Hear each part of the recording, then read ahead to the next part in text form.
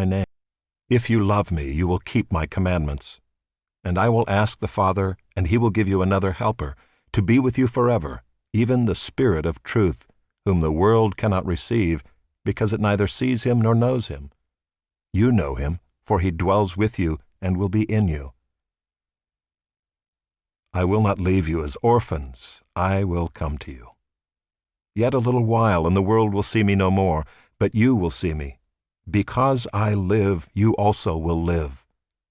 In that day you will know that I am in my Father, and you in me, and I in you. Whoever has my commandments and keeps them, he it is who loves me. And he who loves me will be loved by my Father, and I will love him and manifest myself to him.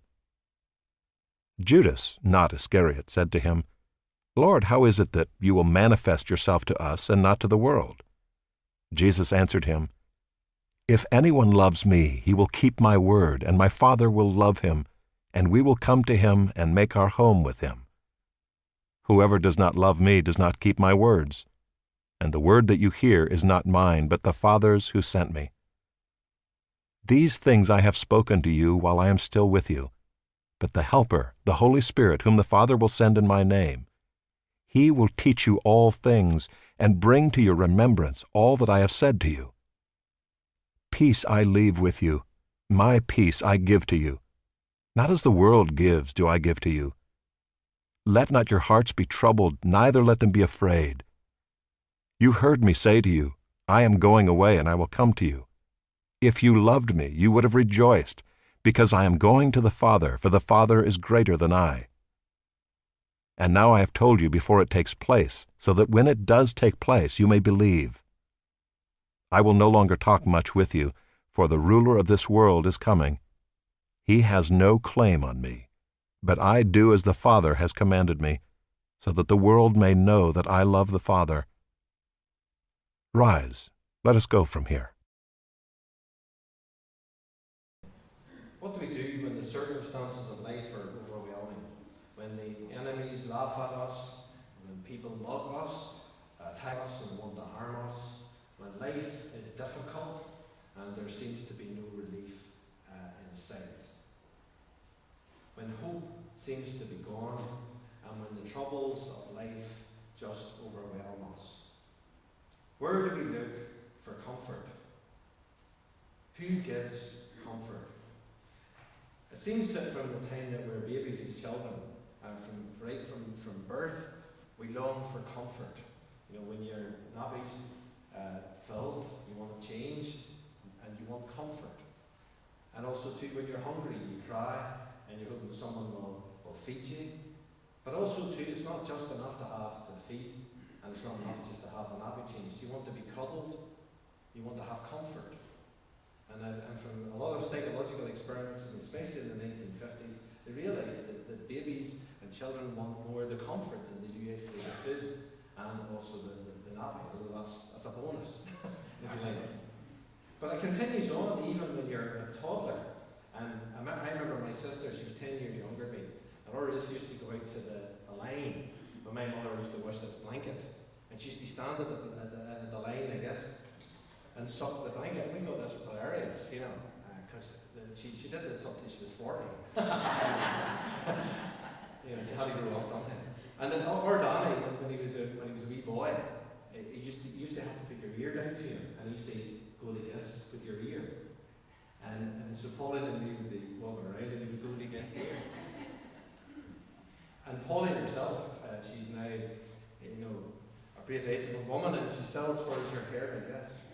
She sits like this and twirls her hair in circles all the time. And I find myself sometimes, I think I've rubbed my head till I was bald. Because I find out myself, I soothe myself by rubbing the back of my head when I start to get a bit anxious. But then you get more sophisticated ways. You know, you start, not only do you have these remnants of self-comfort from your childhood and from when you're babies, but maybe we end up abusing alcohol, or sex, or maybe your shopping is your comforter. You know, when you're feeling stressed, you think that's it, it's time to hit the shops, or it's time to build a new conservatory on top of the old one, or whatever you do. Or you find trouble and difficulty.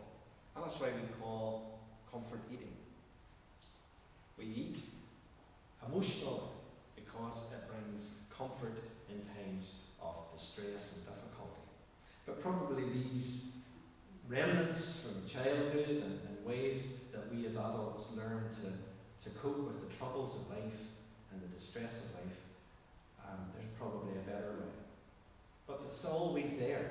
From the Old Testament we see that the children of Israel, when they were distressed, would often seek comfort in the short-term things as well. They would look for comfort among other nations. They would run to Egypt for help. They would run to other nations to help them from the invading forces. They always went for the temporary solution. They went for the short-term solution. And as a result of that, the children of Israel ended up in exile. And really, the exile is the context of Isaiah chapter 40 up to chapter 66. It is a people who are in trouble, a people who are in distress. And Isaiah 40 were the words that I opened with, Isaiah chapter 40, verse 1. And these are words that we normally hear at Advent time as we look at John the Baptist. And it says, "Comfort ye, comfort my people."